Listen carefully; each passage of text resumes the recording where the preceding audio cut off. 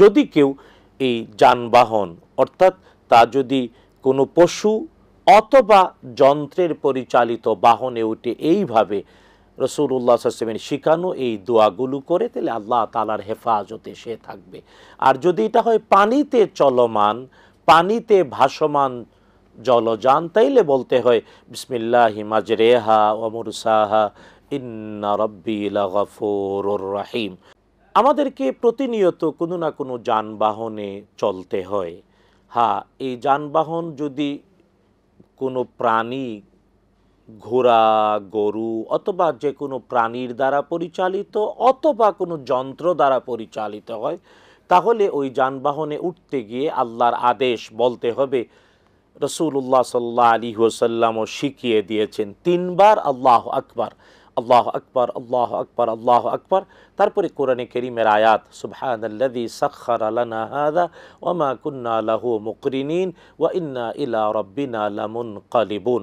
তারপরে হাদিসের একটি দোয়া, আল্লাহুম্মা ইন্না নাসআলুকা ফি সাফারিনা হাযা আল বিররা ওয়াত তাকওয়া ওয়া মিনাল আমালি মা তারদা আল্লাহুম্মা হাওবিন আলাইনা সাফারানা হাযা ওয়াতwi আন্না বু'দা আল্লাহুম্মা ইন্না নাউযু বিকা মিন ওয়াথাইস সাফার ওয়া কাআবাতিল মানজার ওয়া সুইল মুনকালাবি ফিল মালি ওয়াল আহল আল্লাহুম্মা আনতাস সাহিবু ফিস সাফার ওয়াল খলিফাতু ফিল আহল।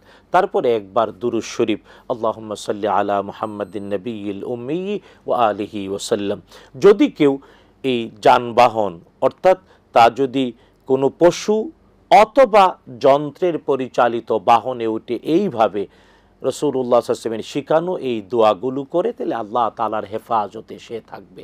আর যদি এটা হয় পানিতে চলমান, পানিতে ভাসমান জলযান, তাইলে বলতে হয় বিসমিল্লাহি মাজরেহা ওয়া মুরসাহা ইন্না রাব্বি লাগাফুরুর রাহিম। সুতরাং আসুন, জীবনের বাস্তবতায় চলাচলের প্রয়োজনেই আমাদেরকে যানবাহনে চলতেই হয়। তাই রাসূলুল্লাহ সাল্লাল্লাহু আলাইহি ওয়াসাল্লামের শিখানো দোয়াগুলো করি, যাতে নিরাপত্তা নিশ্চিত করেন আল্লাহ তাআলা আমাদের সবার জন্যে। আর হ্যাঁ, এই জলযান অথবা যানবাহন এর দোয়া ভিন্ন ভিন্ন। জলযানের দোয়া আর যানবাহনের দোয়া নিশ্চিত হয়ে আমরা পড়ব।